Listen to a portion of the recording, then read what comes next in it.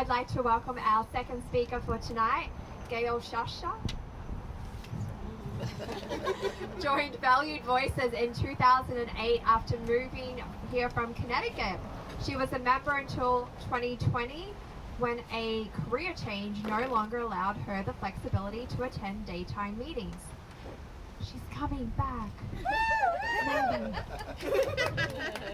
She held every officer role except Sergeant of Arms and Treasurer. They won't let me near the money either. She cherishes the memories of all the wonderful people and the stories they shared over the years. Coming up with a speech title and conclusion were always the hardest, and they still are. Welcome, Gail, People Like Us.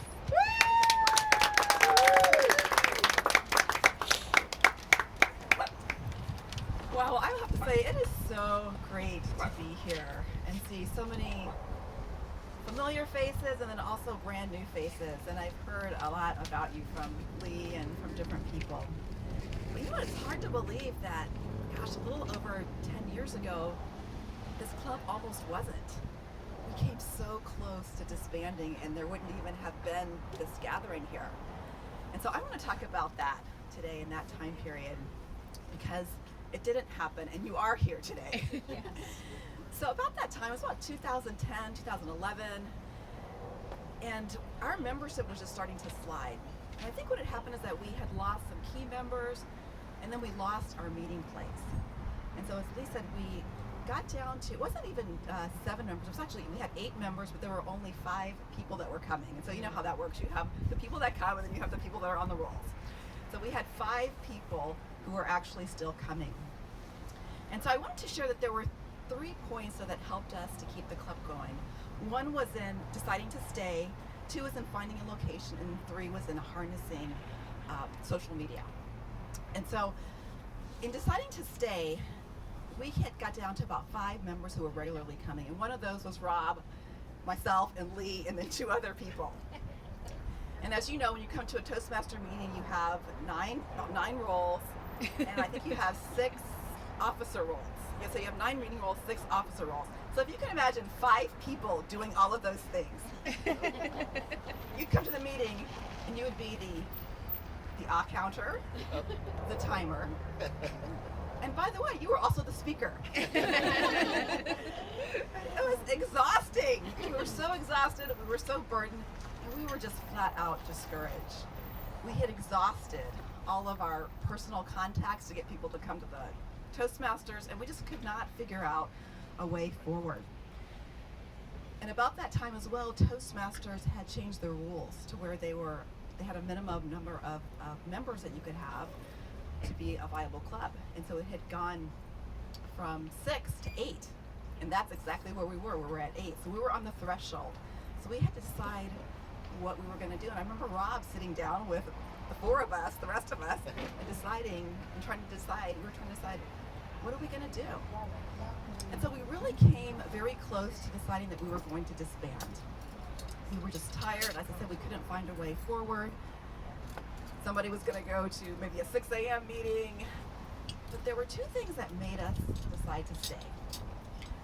One was that we knew that if we ever disbanded the club, that we would probably never bring it back together again. So it would be the death of Valued Voices. And then 2 is that we realized that there were people like us, people whose life would change because of Toastmasters, but they needed a daytime meeting in order to do it. And so there were people out there in the world like us who we just had to reach. We had to figure out how to reach them. And so then we had to work on finding a location once we decided that we were going to stay. Now Rob had started the club as a downtown Chandler club, and he had always felt like we should be downtown Chandler. When we lost our meeting place, we would meet in the library, we had a place over near the mall. That was probably the absolute worst because there was no traffic over there because people didn't go to a museum at the mall. They went to the mall to go to the mall, not to go to Toastmasters. And so we were trying to figure out how can we get back downtown? And so Rob used his connections, and we were able to get the firehouse. And I know I don't believe you all are meeting there right now, but we were able to get that location again. And it turned out to be a really good spot to be able to draw people in who worked for the city of Chandler. And over the years, it continued to be just a good spot because you had people coming who worked in Chandler. And then we were also able to recruit Greg and Lisa, and they were just an incredible shot in the arm of energy and enthusiasm and passion, and Paul as well. And then lastly, we harnessed social media. As I said before, we had exhausted all of our personal people in our personal circles. We tried Facebook, having open houses with amazing food. No one came.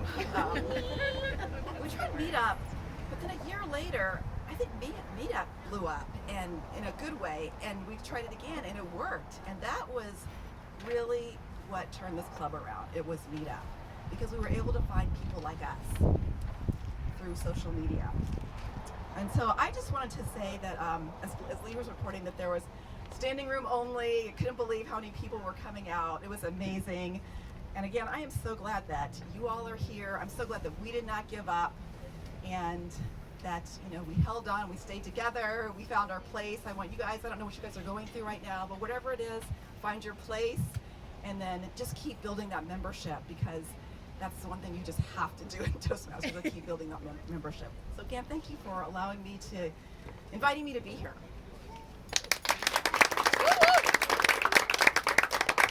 Thank you, Gail.